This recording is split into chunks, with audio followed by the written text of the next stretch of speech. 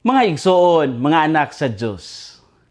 Ang Vatican nga Catholic Faith Defender nga si Scott Hahn nag-ingon nga ang A Walk to Emmaus usa ka hulagway sa atong kasinatian diha sa Santos nga misa o sa Kristohanong pag-alagad. Matod pa niya, ang paglakaw sa duha ka disipulo gikan sa Jerusalem paingon sa Emmaus nagrepresentar sa atong paglakaw sa kinabuhi nga puno sa pangutana o kasubo.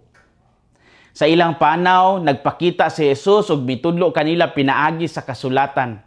Samasad sa liturgy of the word sa misa.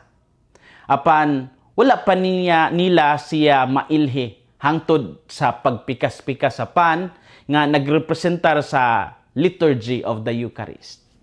Nining higayunan nabuksan ang ilang mga mata og nailha nila ang Ginoo. Mausab kini ang atong kasinatian sa misa. Una, paminaw nato ang pulong sa Dios ug dayon mailhan nato si Kristo sa Eucharistia. Ug ang ilang pagbalik dayon didto sa Jerusalem nagpasabot sa atong misyon human sa misa, ang pagdala sa maayong balita ngadto sa uban. Busa ang Emmaus, sigon pa ni Scott Hahn, usa ka pattern sa atong Kristohanong pagtuo. Kini nagpakita nga ang misa dili lang jud ritual nga ginasalmutan nato, kundili usa ka buhi nga kasinatian uban kang Kristo. Ug sa matag misa, kita usab mipanaw uban sa Ginoo bisan wala nato siya dayon mailhi. Ang ebanghelyo nato karon mao ang The Walk to Emmaus. Panaw gikan sa Jerusalem padung sa Emmaus. Ang duha ka disipulo naglakaw paingon sa Emmaus nga puno sa kasubo ug kalibog tungod sa kamatayon ni Jesus. Sa ilang paglakaw, miduol si Jesus apan wala nila siya mailhi. Gipatin-aw niya ang kasulatan ug gipakita niya nga ang tanan na hitabo sumala sa plano sa Dios. Ug sa pagpikas-pikas niya og pan, didto nila siya nailhi. Apan nawala siya sa ilang presensya. Unsay mensahe alang nato karong adlaw? Unang punto, ang Ginoo nag-uban kanato, lakip ang mga higayon nga wala nato siya mailhi. Sama sa duha ka disipulo, usahay kita naglakaw sa kinabuhi nga daghang gipas-an nga mga pangutana ug mga kasubo. Nagtuota nga nag-inusara kita. Apan sa tinuod, ang Ginoo nag-uban kanato. Jesus himself drew near and went with them, but their hearts were kept from recognizing him. Luke 24:15-16. Sa binisaya pa, apan wala nila mailhi ang Ginoo bisan tupad na nila siya. Daghan kayong higayon sa atong kinabuhi nga dili nato makita ang presensya sa Dios. Kung kita nagantos, kung kita naglisod, o kung kita daghang mga kalibog sa mga panghitabo sa atong kinabuhi, dali ra nato huna-hunaon nga gibiyaan natas Ginoo. Sama sa duha ka disipulo, ang atong mga mata usahay napugngan tungod sa kasubo o kakulang sa pagtuo. Kita giawhag nga mosalig sa presensya sa Ginoo bisan sa panahon nga dili nato siya masabtan o mabati. Ang pagtuo dili lang pagtan-aw, kundi pagsalig nga bisan unsa pa ang atong kahintang, ang Ginoo naglakaw uban kanato. Ang Ginoo nag-uban kanato, lakip ang mga higayon nga wala nato siya mailhi. Ikaduhang punto, si Jesus mailhan nato diha sa Santos nga misa. Sa Emmaus, naabli ang ilang mga mata sa dihang gipikas-pikas ni Jesus ang tinapay. Kini usa ka klarong pahinumdom sa atong kasinatian sa misa. Sa atong kinabuhi, kung gusto natong mailhan ang Ginoo, kinahanglan magpabilin kita sa pulong sa Dios ug sa Eucharistia. Dili paigo nga mosimba lang ta, kinahanglan abli ang atong kasing-kasing.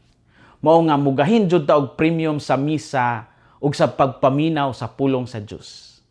Kay dinhi nato mailhan si Kristo ug dinhi usab kita gitahasan sa misyon nga ipaambit siya sa uban. Kung mawala og malayo na ganita sa misa, malayo pud ta sa atong langitnong kalanon.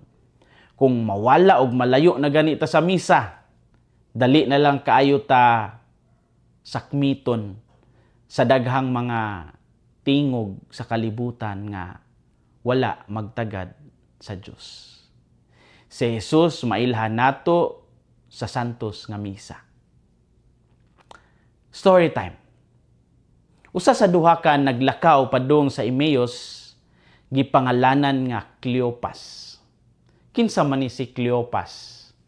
Sumala sa tradisyon sa simbahang Katoliko ug sa Eastern Orthodox, si Cleopas giila nga usa sa mga disipulo ni Jesus ug usahay giingon nga bana sa lain pang Maria nga kauban sa mga babayi sa krus.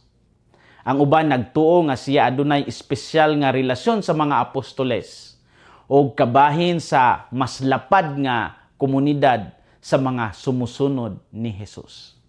Gani, base sa tradisyon, giila si Cleopas nga igsuon ni Jose nga amahan ni Jesus. So nahulog ni siya nga uncle ni Jesus. Apan ang iyang kauban, wala gyud gipangalanan sa ebanghelyo. Nganuman, ang ubang mga komentarista nagaingon nga kini gituyo aron kita mismo mahimong ikaduhang disipulo. Sa laing pagkasulti, in other words, kini mahimong magtanaw sa atong kaugalingon isip kauban ni Cleopas sa paglakaw paingon sa Emmaus. Ang istorya sa Emmaus nagdapit nato nga musunod sa eksena o masinati si Jesus. Dili lang kini istorya sa karaang panahon, kundili istorya sa matag magtotoo. Kita usab naglakaw, usahay naglibog o nangita og tubag. Ug sama kanila kita usab gitawag nga makaila kang Kristo sa pagpikas-pikas sa pan.